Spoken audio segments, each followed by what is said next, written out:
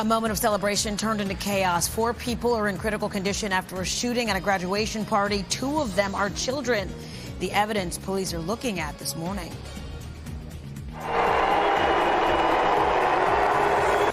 Getting hyped for the upcoming season, the one-of-a-kind experience Eagles fans were treated to. We are halfway to the holiday season. That means it's time for Christmas in July, how you can celebrate the unofficial holiday here in Philly. Those stories and more on today's edition of The Lineup. It's Friday, July 25th, 2025. Good morning, everyone. I'm NBC 10's Sheila Watko. And I'm Erin Coleman. Let's get you up to speed with what you need to know today. Starting with 2 kids, and a man and a woman are in the hospital this morning after a celebration turned into a crime scene. NBC 10's Alex DePrado has the latest on their condition. That graduation party turned to panic when a gunman opened fire. 4 people are in critical condition here at Temple Health. The bullets flying as a group gathered outside a home on North Lambert Street last night. An 11-year-old boy was hit in the arm. A 13-year-old girl shot in the abdomen. A woman believed to be their mother and a man were also hit. The victims were able to run for cover inside the home after the shooting. Police say the shooter fired from about 10 homes away, then ran off. They found 10 shell casings nearby. The incident was caught on several surveillance cameras. Police don't know who the target was, and detectives have been canvassing the neighborhood looking for clues. They say the shooter had on dark-colored clothing and light-colored shoes and believe surveillance video will be key in this case. In North Philadelphia, I'm Alex DePrado, NBC 10 News. Thank you, Alex. In Montgomery County, justice for a family victimized by a pair of home invaders. A jury just found them guilty in the deadly attack. NBC 10's Neil Fisher explains what the family said after the verdict. The Gaudio family focused on the bravery of 25-year-old Andrew Gaudio and his mother Bernadette 7 months after they were shot inside their home on this quiet street in Wynwood. The prosecutor told NBC 10 he believes the family got justice.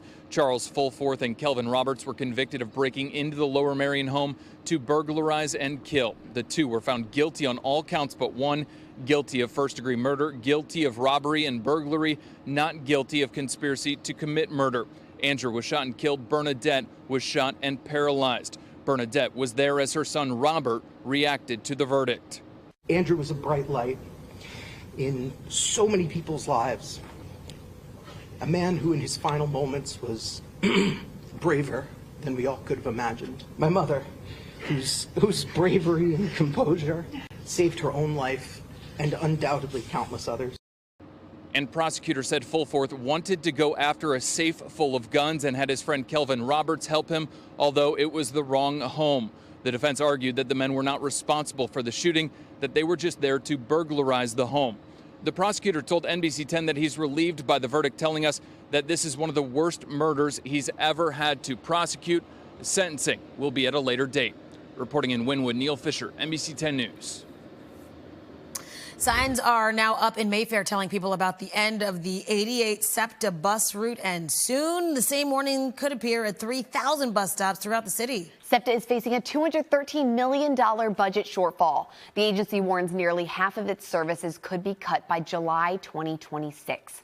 That includes eliminating 50 bus routes entirely and shutting down 5 regional rail lines. Without additional funding, the first bus routes will be cut or reduced starting on August 24th.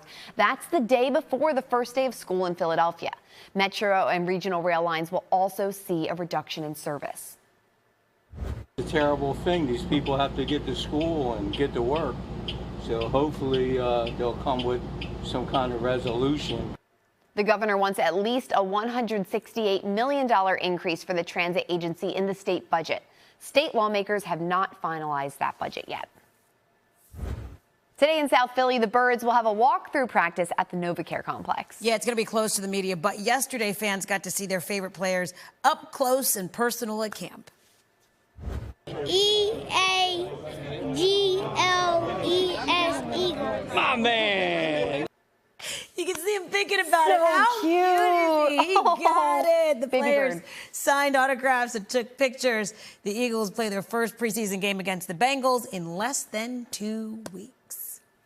Eagles fans had a one-of-a-kind experience celebrating last season's Super Bowl win last night in West Philadelphia. Yeah, check this out.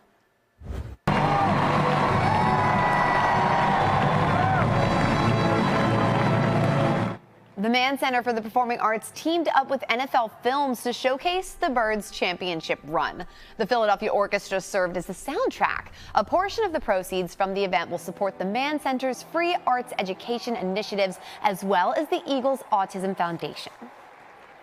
The Eagles are giving you a chance to win a Super Bowl ring of your own in a new sweepstakes that launches today. This is so cool. This is really cool. One lucky fan is going to walk away with an Eagles ring, as well as tickets to a Birds game on the 50-yard line. Proceeds benefit the Eagles Autism Foundation. The sweepstakes runs through October 15th. We're going to put up all the details on our website on NBC10.com. And it's personalized. Oh, that's cool. So your too. name, you could have Watko on it. Ooh. Or Coleman on it. Oh, I like this a lot. That's the real deal. And you got to wear one of these the other day. Is it heavy? It's heavy, it it's beautiful, it's all of these things. And the little pop-outs, and the pop-out wings. Oh my gosh. It's just bling. Look at that. It's amazing. It's an amazing ring. Who doesn't want to win that? There's where your name goes. Yep. Oh, that's and you cool. can have your own. Okay. Okay, let's switch on over to a different sport, shall we? Live look at Citizens Bank Park. With the Phillies up in New York, the bank going to be bananas. The Savannah Bananas are in town for a pair of games, with the first one set for tomorrow. Several members of the Bananas made a stop at the Philly International Airport yesterday, signing autographs, meeting with passengers. The guys also did some shopping. They even stopped by Gino's at the airport to help whip up a few cheesesteaks. The Bananas take on the Texas Tailgaters in South Philly tomorrow night, 7 o'clock, then again Sunday afternoon at 3:30. They're so good. They're so good. And I'm always late to the party to get tickets. I know. My parents tried. They entered the lottery, and didn't get any for the Watkos this year. Maybe the Watkos and Colemans will go together next year at some point. At some point. Well, Erin, the steps outside the art museum will be transformed into a summer destination this weekend. A beer garden and food trucks will set up shop on the iconic Rocky Steps tomorrow and Sunday. This event will run from 2 p.m. until 6 p.m. and it's happening every weekend through September 28th. One of the Jersey Shore's most adorable traditions returns this morning. The 92nd annual Cape May Baby Parade begins at 11 o'clock at Congress Street and Beach Avenue. Get it out.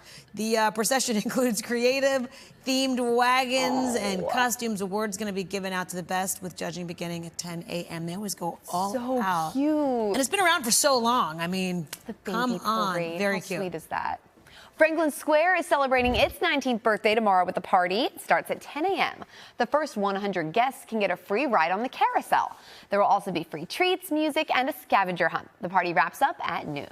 In Atlantic County, thousands of people are going to be heading to Ocean City tomorrow for the 70th annual Night in Venice Boat Parade. This year's theme is 70 Years of Champions. Boats are going to be decorated to celebrate the Eagles Super Bowl win and honor other sports legends. Former Philly Ruben Amaro Jr. will serve as the Grand Marshal alongside Flyers great Bernie Parent and the legendary Vince Papale of Eagles fame. I mean, those three right there, my goodness. The parade starts at 6:30 tomorrow night. Hey, today is the 25th, if you didn't know it, which means it's official. It is Christmas in July, and there are several events to mark the occasion. I wish I had some jingle bells to make a little sound effect. Right? You can learn about the future of some of Philadelphia's most beloved holiday traditions. We're told there's going to be a special announcement at the Wanamaker Building Grand Court in Center City. So after Macy's closed earlier this year, there have been a lot of questions about what the holiday season will look like. Then, after the announcements, Santa, Mrs. Claus, and Christmas carolers will greet people outside of City Hall. At Penn's Landing, the Independence Blue Cross River Rink will host a special Christmas in July skate tonight. It's going to include a tropical Santa, roller skating Grinch. Holiday classics will play in the lodge. Guests can also enjoy holiday-themed drinks, including Holly Jolly red slushies and frozen hot chocolate. As long as it's cold, that's good. Refreshing Christmas vibes. Exactly. I like it. They go together, right? Hey, more Americans are turning to AI for questions about their health. Yeah, a new survey shows that more than a third of adults use AI to get answers about a specific medical condition or issue. 1 in 3 find it easier than talking to a doctor. However, the study did find the majority of adults trust medical professionals more than artificial intelligence. Teens are also turning to artificial intelligence, but for friendship. A new study by Common Sense Media finds more than 70% of teens have used AI companions, and half of them use them regularly. 31% say their conversations with AI are as satisfying or even more satisfying than talking with real friends. 33% have discussed important issues with AI. Researchers say this is troubling for a number of reasons, but because AI isn't teaching teens social skills they're going to need in the real world. You know, Erin, when I was young, we had AIM, Instant Messenger, and you could talk to, like, the bot. And it wasn't fun. Because it's like... Okay, that is not... I thought you were going to say we had imaginary friends. We did have that, too. We did have that, too. Further back. Pet rocks, imaginary friends. Yeah, you talk to your imaginary friend. They don't talk back, no, and you're good. Yes. A little introspection. Yeah, okay. See how far we have come. Now to an update on that viral Coldplay kiss cam video. Yes, the woman seen in the video has resigned. Kristen Cabot was the chief people officer at the data company Astronomer. She and the company's CEO, Andy Byron, made headlines last week when they hid after being seen on the kiss cam at the Coldplay concert. Byron has also resigned from his position with the company. And you know, Erin, if they had just not ducked away, there wouldn't have been a joke. No, it wouldn't have gone anywhere. That story blew up worldwide. Yes. And it's not like this is the first time Coldplay has done this kind of thing at their concerts. Which is also wild. So we're seeing the fallout and the repercussions from our romantic vigilantes. From action. Because, wow, so shady. But what's the word? Schadenfreude. You kind of like to see it. It's like they're messing with their families, and then karma, yes. Yeah. Yeah. So, and you feel for the other parties involved because they didn't ask for the whole world to be like, who are these people? Speculating on their marriages. But listen, I think one of the craziest things was how quickly they were identified. They were like, oh, so that's fast. The internet like does its thing and runs off with it, and then the rest of us is like, oh, what's going to happen? Whoa, the tea. Whether it's right or not, but you know. Yeah. So be yeah. All right. Best of luck to all parties involved. That does it for today's edition of The Lineup. For Erin Coleman, I'm Sheila Watko. Remember, you can get NBC 10 News updates right here on the NBC 10 app and catch us weekday mornings from 5 to 7 a.m. Everyone have a great day and a great weekend. Merry Christmas in July. Oh, yeah. Ho, ho, ho. Ho, ho, ho.